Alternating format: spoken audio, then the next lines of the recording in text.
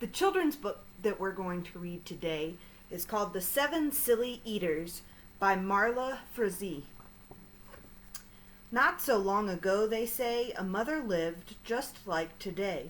Mrs. Peters was her name, her little boy was named the same. Now Peter was a perfect son, in every way, except one.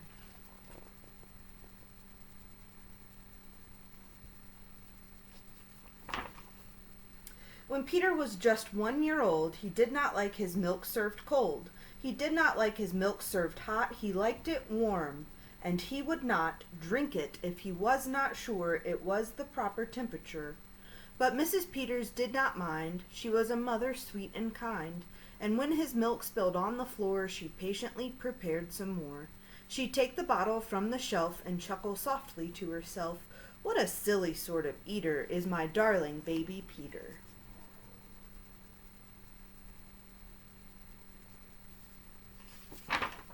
When Peter had not yet turned 2, another baby, sweet and new, was born. Dear Lucy, small and fair, with big blue eyes and curly hair. But long before this child was grown, she had opinions of her own, of what she'd eat and what she'd not. She hated milk, both cold and hot, and warm was worst of all. Instead, whenever Lucy dear was fed, she bellowed for pink lemonade. Not from a can, oh no, homemade.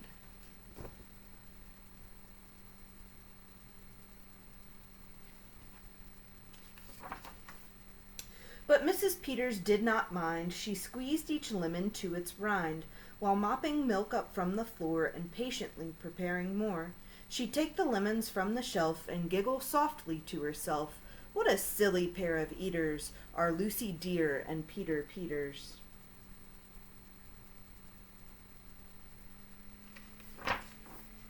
Now Lucy grew and Peter grew till he was 3 and she was 2. And who was 1? Why, little Jack, with eyes so brown and hair so black, a happy baby, never cross, but all he'd eat was applesauce.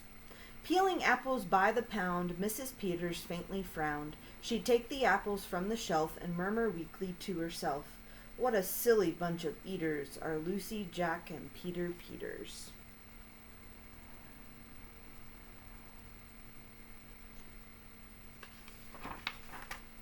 Peter, Lucy, and young Jack had another brother, Mac. Mac was charming, round, and plump, but if his oatmeal had a lump, Mac would dump it on the cat. Mrs. Peters hated that.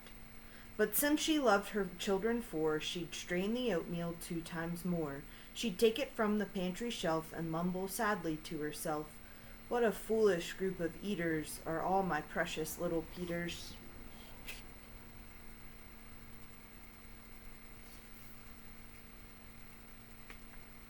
Before another year was through, who came along? Why, Mary Lou. She was a darling, sweet and bright, had a healthy appetite. That is, as long as she was fed soft and squishy homemade bread. Poor Mrs. Peters got no rest, but still she did her very best. She'd take the flour from the shelf and mutter feebly to herself, "What a fussy bunch of eaters are all my lovely little Peters."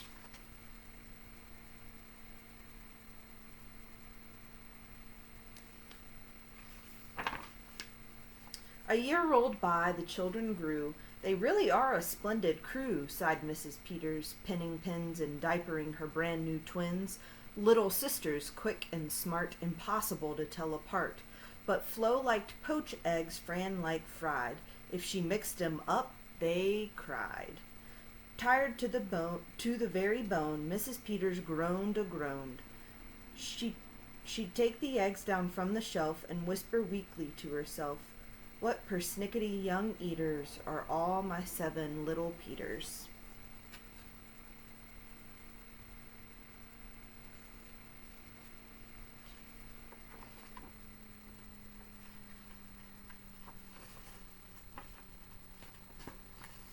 Now time went by as time will do, and as it passed the children grew.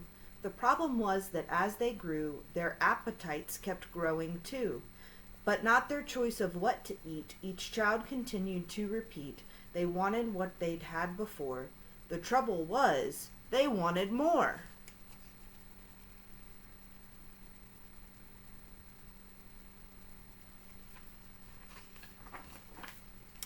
Creamy oatmeal, pots of it, homemade bread and lots of it. Peeling apples by the peck, Mrs. Peters was a wreck.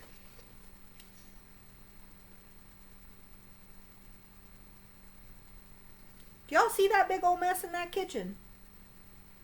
That's a little ridiculous.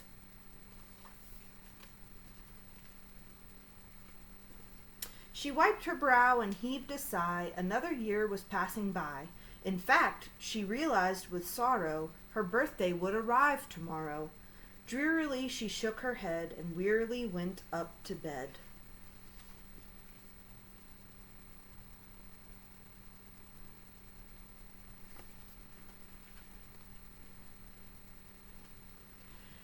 She thought the children had forgot her special day, but they had not. At the crack of dawn they all began to carry out their secret plan. Mrs. Peters would be fed a birthday breakfast in her bed, a breakfast made of all the foods that kept them in such happy moods.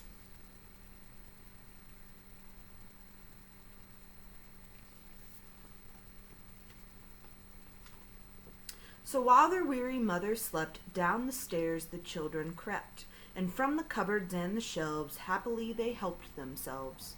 Cheerfully they chopped and stirred, preparing what they each preferred, but despite the pains they took, since nobody knew how to cook, to measure things or make them hot, the more they tried, the worse it got.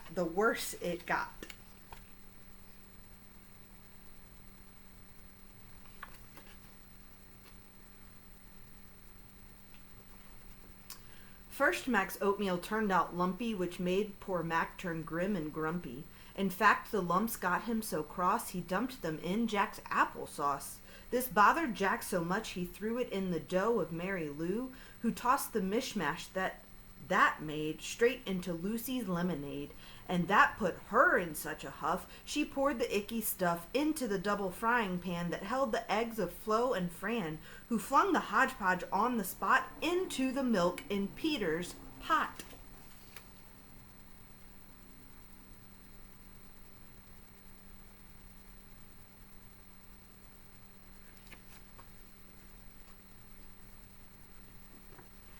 But when they saw what they had done, they wished they never had begun. They'd hardly slept a wink that night, and still things hadn't turned out right.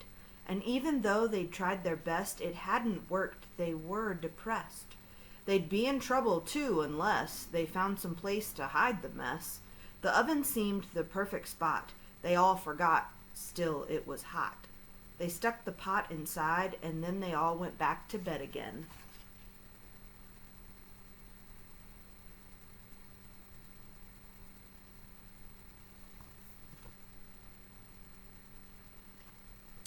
The clock struck 6, but on they slept. Meanwhile their mother softly stepped down to the kitchen, smelled a smell. What could it be? She could not tell. It smelled so good she sniffed some more and opened up the oven door. She woke the children with her cries. They all came running in surprise, and in the kitchen what they found was Mrs. Peters dancing round, and in the oven, no mistake, a pink and plump and perfect cake.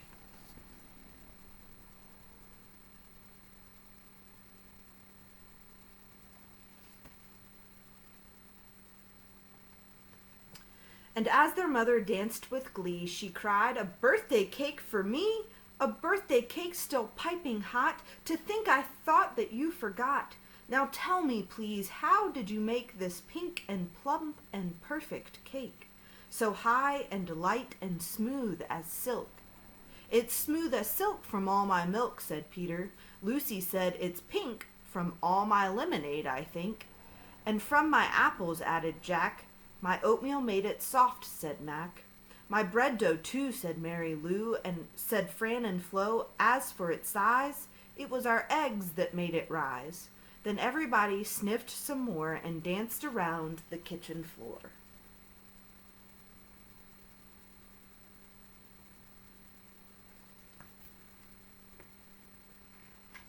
They put the cake upon a dish and lit the candles. "Make a wish," the children cried, "before you blow." And Mrs. Peters did just so. And what is more, her wish came true, as birthday wishes always do.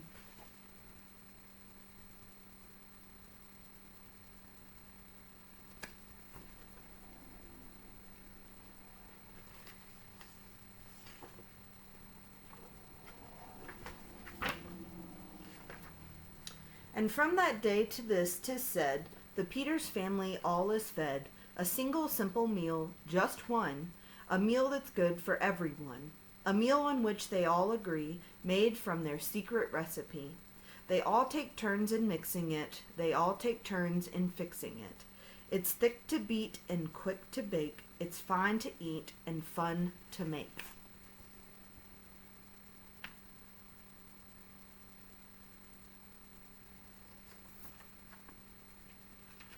It's Mrs. Peters' birthday cake. The end. I hope you guys enjoyed it, and I hope you tune in tomorrow for tomorrow's readings.